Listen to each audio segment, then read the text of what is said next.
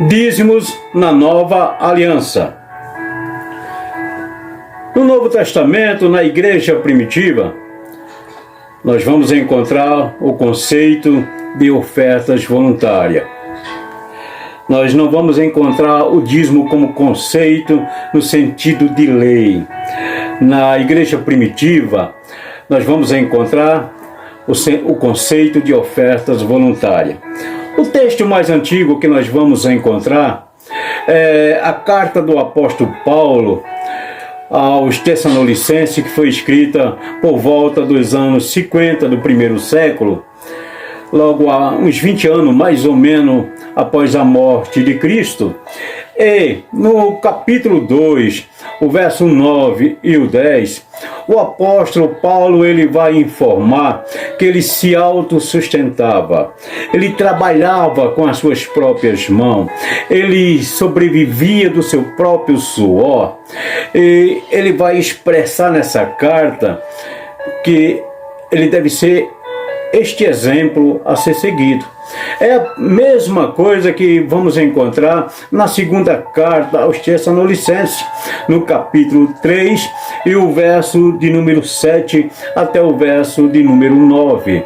O apóstolo vai repetir que ele está dando esse exemplo apesar de ter direito de se alimentar dos irmãos, mas que ele não desejaria ser uma carga, que ele não desejaria ser um fardo, ele não desejaria pesar para os irmãos. Então, neste sentido, ele dá este exemplo e ele diz que deve ser seguido neste exemplo. E ele disse: sede meus imitadores como eu sou de Cristo. Devemos ter sempre em mente esta reflexão. É a mesma coisa que foi ali em Atos capítulo 15, não foi imposto o pagamento de dízimo. Em Atos capítulo 20 também nós não encontramos essa imposição de dízimo. Aliás, não encontramos em nenhuma parte do Novo Testamento. Algumas pessoas dizem que Jesus, no capítulo 22 de Mateus, quando ele se refere ali à moeda do tributo, ele diz: dai a César o que é de César e a Deus o que é de Deus. Ele está se referindo ao tributo, ele está se referindo a um imposto. Então, a igreja ela é totalmente diferente do Estado. Neste sentido, eu não posso pegar um imposto e considerar o dízimo como imposto. Era perder toda a espiritualidade desta maneira de ofertar. No capítulo 23, Jesus também não está mandando ninguém dizimar. O texto ali é bem claro. Jesus está expondo a hipocrisia dos fariseus no sentido de impor uma carga que eles mesmos não cumpriam. Vocês dizimam o endro, o cominho, as coisas mais simples, as pequenas, vocês são nos mínimos detalhes, vocês são rígidos, mas vocês esquecem que o principal é a justiça, a misericórdia e a fé. E esse trio de atributos era o que era mais importante. Jesus disse: isso é que eu quero, a misericórdia e não sacrifício. Neste sentido, nós encontramos que Jesus vai continuar dizendo: vocês coam um mosquito e engolem um camelo. Vocês coam um mosquito e engolem um camelo. Então, o sentido do dízimo ali não entrou no texto, mas assim, a hipocrisia dos fariseus.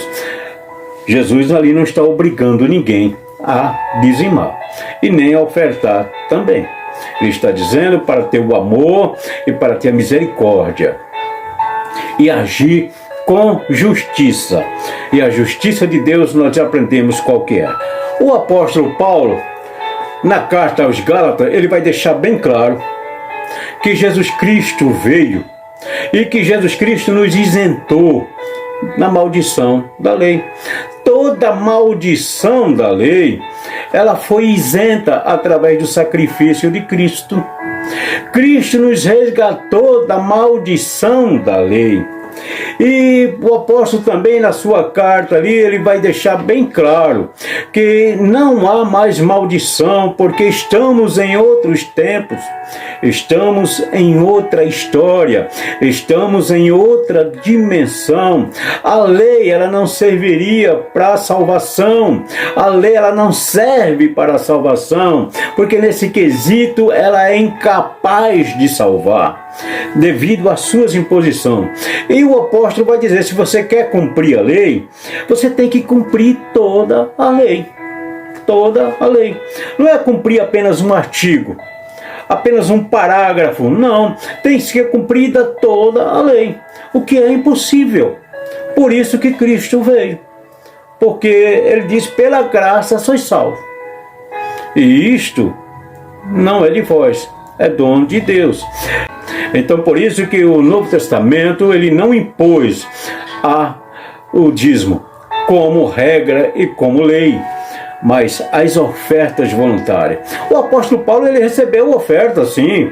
Ele lá em 1 Coríntios capítulo 16, verso 2, ele vai ali pedir para que no primeiro dia da semana sejam arrecadadas ofertas e colocado à parte, para que quando ele vir, ele possa pegar aquelas ofertas e levar para os crentes ali de Jerusalém.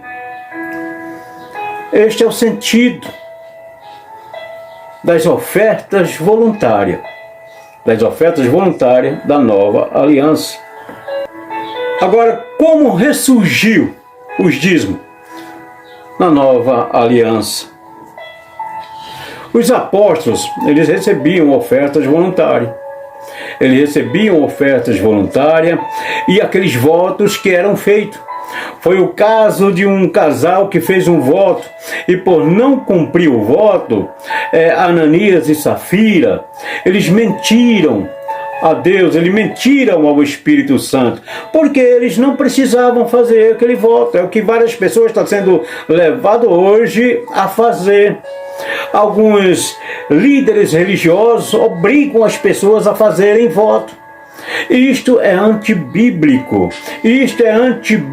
Porque o voto só é válido quando ele surge da consciência pessoal. O voto ele só é válido para Deus no mundo espiritual quando ele surge da consciência pessoal. Mas aquele casal resolveu fazer o voto e aí pagou um grande preço que nós já sabemos. Então, se você fizer um voto com Deus, pague. Porque a Bíblia nos orienta isso. Se você fizer um voto com Deus, pague. Porque senão você vai ter muitos problemas. O primeiro documento que nós podemos encontrar é o Didaque, ou Didaquê, como dizem outros, que é a doutrina dos apóstolos. A doutrina que os apóstolos seguiram e que era normativa para eles. Nós encontramos no capítulo 6, aliás, no capítulo 11, no parágrafo 6 e 7, e também o parágrafo 12, no Didaque, dizendo assim: olha, o apóstolo, ele deve levar apenas o pão necessário para que ele possa chegar até tal lugar onde ele vai chegar. Ele leva apenas o pão necessário para que ele vá chegar em tal lugar. E se ele pedir dinheiro para alguém, não dê, porque é falso profeta. Isso está no Didaque, neste texto, nessa parte que eu citei, no capítulo 11, desta normativa dos apóstolos da igreja primitiva. Não dê dinheiro, porque se alguém disser para vocês: olha, dê-me dinheiro, não dê. Mas se ele pedir para dar para outros necessitados, então ninguém o julgue. Então temos aí a primeira normativa sobre os dízimos na nova aliança.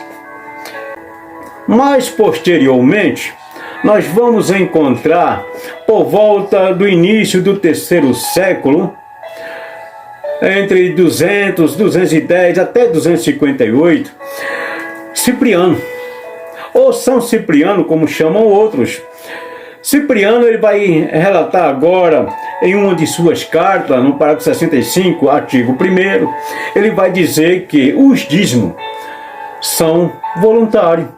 Vai aparecer a primeira normativa sobre dízimo ali, na era contemporânea, no terceiro século, início do terceiro século. Cipriano é o primeiro, é o pioneiro a falar sobre dízimo, porém ele fala de forma voluntária. Segundo, que nós vamos encontrar é uma obrigação de consciência. Essa obrigação de consciência surgiu no documento entre o terceiro e quarto século pela Constituição dos Santos Apóstolos. Pela Constituição dos Santos Apóstolos. É a primeira vez que o dízimo vai aparecer como obrigação de consciência. A contribuição dos dízimos. Mais na frente nós vamos encontrar um sinal de dízimo como lei, quando os bispos se reuniram e eles fizeram uma carta, a Carta dos Bispos Reunidos, em torno de 567. Eles ali estipularam que os dízimos seriam uma contribuição já obrigatória de 10%. De 10%. Porém, foi mesmo em 585, no Sínodo de Macon, ou Mancon, como diz outros, ou Macon também, em 585, no Concílio de Macon, naquela cidade, que foi estabelecido neste concílio a obrigatoriedade dos dízimos de 10%. Precisamos conhecer a história para saber a verdadeira jornada dos dízimos. Se você está gostando deste conteúdo, dê o seu like. Se você ainda não se inscreveu, aproveita agora para se inscrever neste canal. É de graça e não paga nada. E um estudo como este merece o seu like.